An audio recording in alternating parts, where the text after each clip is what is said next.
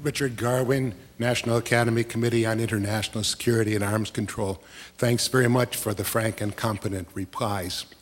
At the back end of the fuel cycle, is the IAEA ready to certify repositories for spent fuel, mined geologic repositories, and waste forms, either spent fuel itself or vitrified fission product packages to go into those repositories to enable different countries to offer such repository services? Yes, we are, Professor Garwin. I think we would be ready to that. I mean, the good news, as I said, that Russia is ready to man such a multinational repository. Frankly, the way I see it, that we need all to help Russia, doing this by providing the technology, by providing the certification, by providing the safety assistance, should they need it. We need to establish first-class, center of excellence for managing the spent fuel and final repository of the waste. So we will be happy to do that in working with Russia. The problem with waste, as I see it right now, that we don't have yet a single operating facility.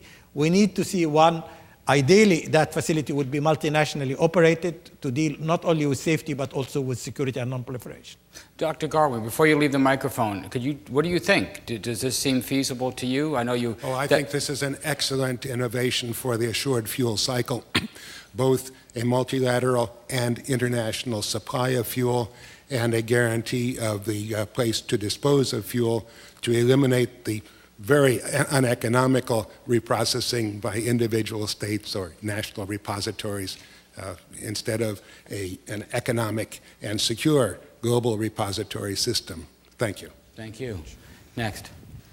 Mark Harris from the Air Force Fellows Program.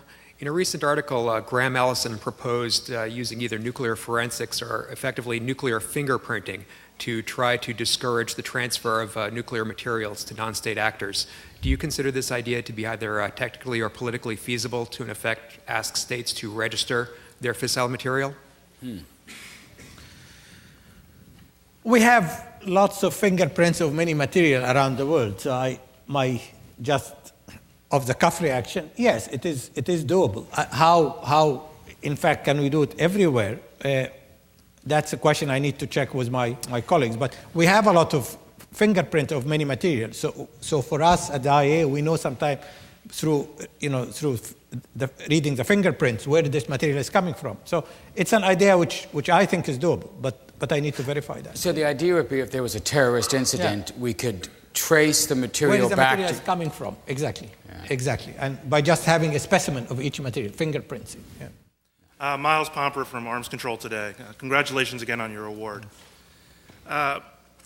You talked a little bit about the 3 countries that are outside the NPT and how you might involve them in the non-proliferation regime.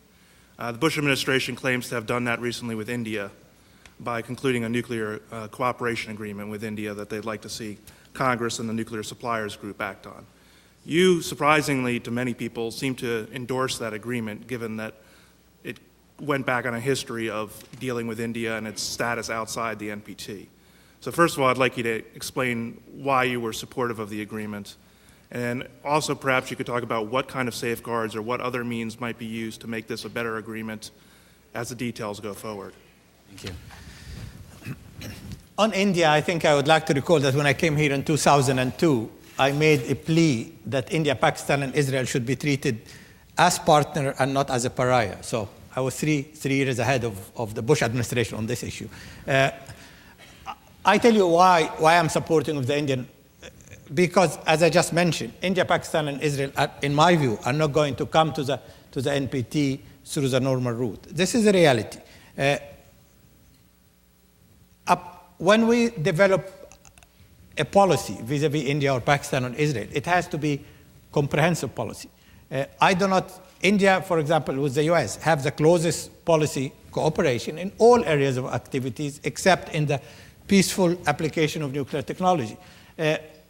When I judge that agreement, I judge it, does it enhance safety?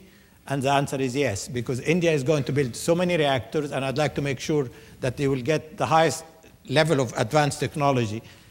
Is India going to open up to the agency and the international community for safety oversight? Yes, they would. Is India going to help in becoming part or associate itself with a supplier group and help us to make sure that no new countries are going to acquire nuclear weapons? Yes, the answer is yes. Is India going to separate its fuel cycle between the military and the civilian and accept IAEA safeguard on their civilian reactors, which is a good beginning to our universalization of safeguard? Yes, it is. So I take an absolutely practical, pragmatic approach. I don't see that in any way as giving India a new status as a weapon state or a non-nuclear weapon state.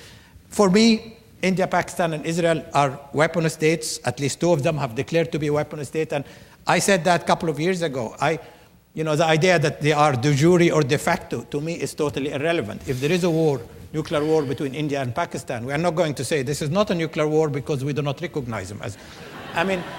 I need to see concrete measure, how to bring these guys on board.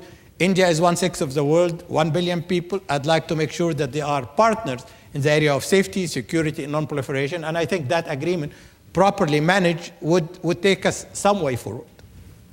Alexei Arbatov, Russian Academy of Sciences, Carnegie Moscow Center.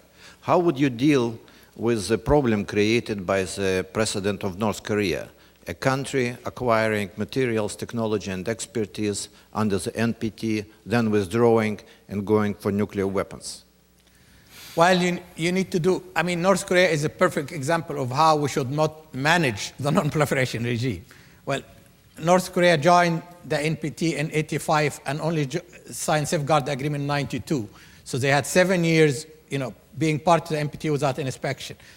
We reported North Korea to the Security Council in 1992, and as I said, nothing has happened. And when I talk about Security Council engagement, it doesn't have to be sanction or what have you, but just actual engagement, trying to understand what needs to be done.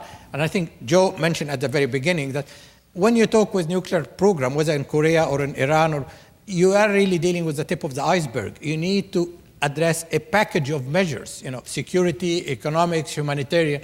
At the end of the day, you need to make the country feel secure enough that they do not feel the temptation or the drive to develop nuclear weapons. So there's a lot of lessons one can learn from North Korea, and I think the more we look at it, the more we see that A, we need to take compliance seriously, that B, we need to understand not the symptoms, but not deal only with the symptoms, but also with the causes.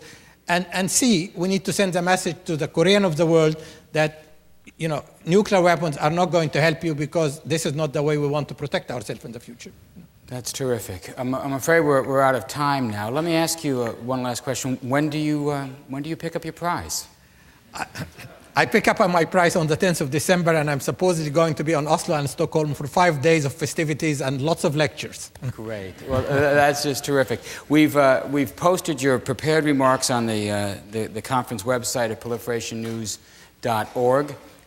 We are being filmed today by a number of cameras, including C-SPAN 2. So this encounter will be enjoyed by hundreds of thousands around the world. Please join me in thanking the Director General and the winner of the 2005 Nobel Peace Prize. Thank you. Just wonderful. Thank you very much.